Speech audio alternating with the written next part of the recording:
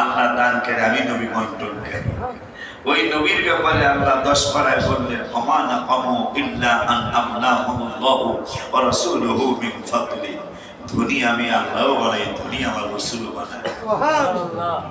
কি গো তারপরে মা ফাতেমা জাহরা রাদিয়াল্লাহু তাআলা আনহা তিনি আমার নূরের নবীর নুরানি কদম মোবারকে একজন খাদেমা ছিলেন।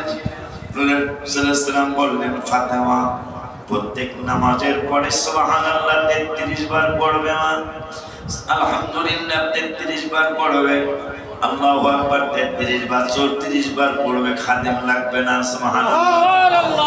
আমার আল্লাহ বলতেছেন ওয়ালাউ আন্নাহুম রাদু মা আতাহুমুল্লাহু ওয়া রাসূলুহু।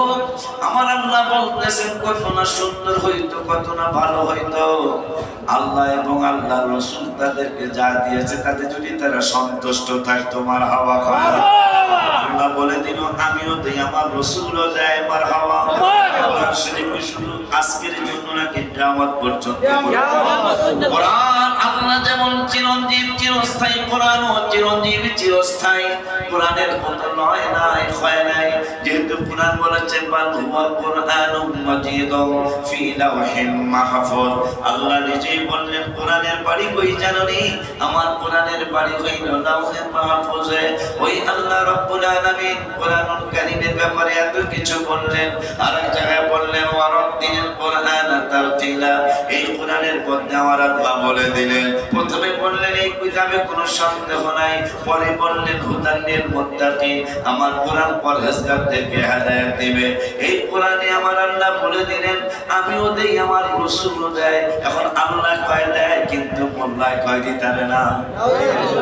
মুসলমান কোন দিকে যাচ্ছেন?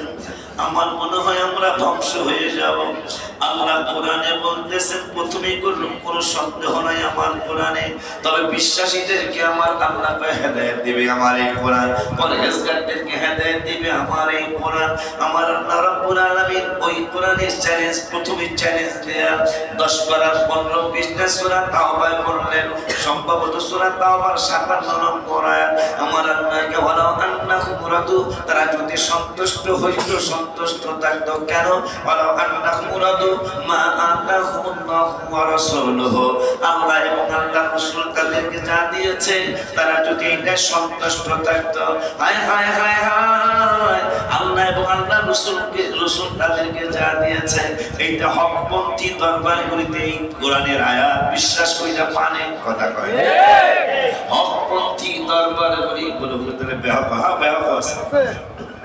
এদের কারণে আমাদের দরবারগুলো কথা বলেন না, এদের কারণে কি ঘোষণা দেয় আমার কাছে মুরিদ হইছ, নামাজ যদি পড়া লাগে তাহলে মুরিদ হইছ। এগুলার যে কি করা উচিত, 10 জন সাহাবী জান্নাতের টিকিট